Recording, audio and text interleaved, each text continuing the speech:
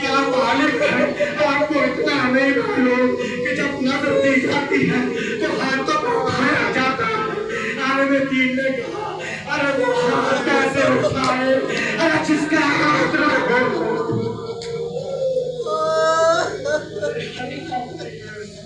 مولا پاک تشریف لاتے ہیں، یہ سوچ کے حاضرے کیا کرے، یہ سوچ کے گریہ کیا کرے کہ مولا پاک تشریف لائے ہوئے ہیں۔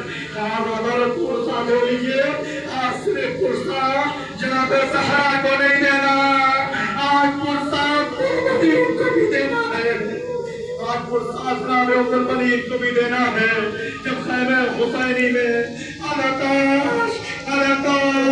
الاتاش کی آوازیں بلند ہونا شروع ہوئی، مولا عباس مولا حسین کے قدموں پہ گر گئے، کہا مولا مجھے بیرون میں جانے کی اجازت دے دیجئے، مولا حسین مجھے بیرون میں جانے کی اجازت دیجئے۔ مولا حسین نے کہا اے عباس تو میرے علمبردار ہے، ارے تو چلا گیا، ارے میری موت کا کیا ہوگا؟ مولا عباس نے ایک مرتبہ داہنی جانب دیکھا، ایک مرتبہ بائیں جانب دیکھا، کہا مولا ارے وہ فوجی کہاں رہی، ارے جس کی میں علمبرداری کروں، وہ فوجی کہاں رہی جس کی میں علمبرداری کروں؟ مولا حسین نے کہا، مولا حسین کچھ کہہ نہ پائے، مولا عباس نے کہا اے مولا نو محمد شہید ہو گئے، ارے اکبر کے گلے پار، اکبر کے سینے پار، ارے پرچھے کی علی ٹوٹ گئی، اے مولا مجھے من میں جانے کی اجازت دیجئے۔ لیکن مولا حسین نے مولا عباس کو واپس کر دیا۔ جب مولا عباس واپس ہوئے نا تو خیمے سے آواز سنی، شہزادی سکینہ کی پیاس مارے جا رہی ہے، ارے پیاس سے دم ٹوٹ رہا ہے، بچوں کی آوازیں سنی، آتش کی آوازیں سنی۔ خیمے میں آئے، آنے کے بعد کہاں بیٹی سکینہ، ارے کیوں تڑپ کے رو رہی ہے بیٹا؟ جناب سکینہ ارے سوکھا ہوا مشک لے کر راضی عباس کے پاس آئی، آنے کے بعد کہا اے چچا جان ارے بچے تڑپ رہے ہیں، ارے دو قطرہ ان بچوں کے لیے آ جاتا، دو قطرہ ارے ان بچوں کے لیے آ جاتا، ارے اپنے لیے پانی نہیں منگایا، ارے بچوں کے لیے منگایا۔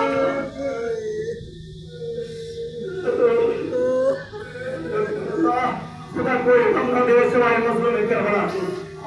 جیسے مولا عباس نے سنا، جناب سکینہ کے ہاتھوں کو پکڑا، ایک ہاتھ سے مشک کو پکڑا، پکڑنے کے بعد مولا حسین کے پاس آئے، آنے کے بعد کہا کہ مولا ارے بچے پیاس سے جاگ رہے ہیں، رنگ میں جانے کی اجازت دیجیے۔ جناب حسین نے جناب سکینہ کے چہرے کو دیکھا، ایک طرف مشک کو دیکھا، کہا غازی جاؤ ارے پانی مہیا کرو۔ غازی کو اجازت ملی، جناب مولا عباس مشک کو لیے ہوئے، علم کو سنبھالے ہوئے خیمے سے باہر آئے۔ ادھر غازی عباس خیمے سے باہر آئے، ادھر جناب زینب نے ارے تمام بیویوں کو بلایا، اب بلانے کے بعد کہا اے بیویوں اب ہمارے اوپر سے ارے چادروں کا محافظ جا رہا ہے، چادروں کا محافظ جا رہا ہے۔ مولا عباس مشک کو علم میں باندھتے ہوئے گھوڑے پر سوار ہوئے چاہتے ہیں کہ میدان کافر کی طرف میں۔ مولا حسین نے روکا، کہا عباس ذرا ٹھہرو۔ مولا عباس جھکے، کہا علم کو نیچے کرو، علم کو نیچے کیا، علم کے فرارے پہ لکھا تھا نصر من اللہ و فتح قریب۔ مولا حسین نے اس کو مٹایا، مولا حسین نے لکھ دیا انا للہ و انا الیہ راجعون۔ مولا حسین نے جیسے انا لکھا، غازی عباس نے مشک علم کو سنبھالا، گھوڑے پر سوار ہوئے کربلا کی طرف بڑھے۔ تمام لوگوں نے دیکھا، غریبوں نے دیکھا کہ عباس آ رہے ہیں، ارے حیرت اتنی تھی کہ بھاگتے ہوئے فرات کو چھوڑ دیا۔ مولا عباس نے لائنوں کو واصلہ جہنم کیا، ارے فرات پہ قبضہ کیا، مشک سکینہ کو بھرا، بھرنے کے بعد چاہتے ہیں کہ خیمے میں واپس جایا جائے، لیکن عزیزانو جانتے ہو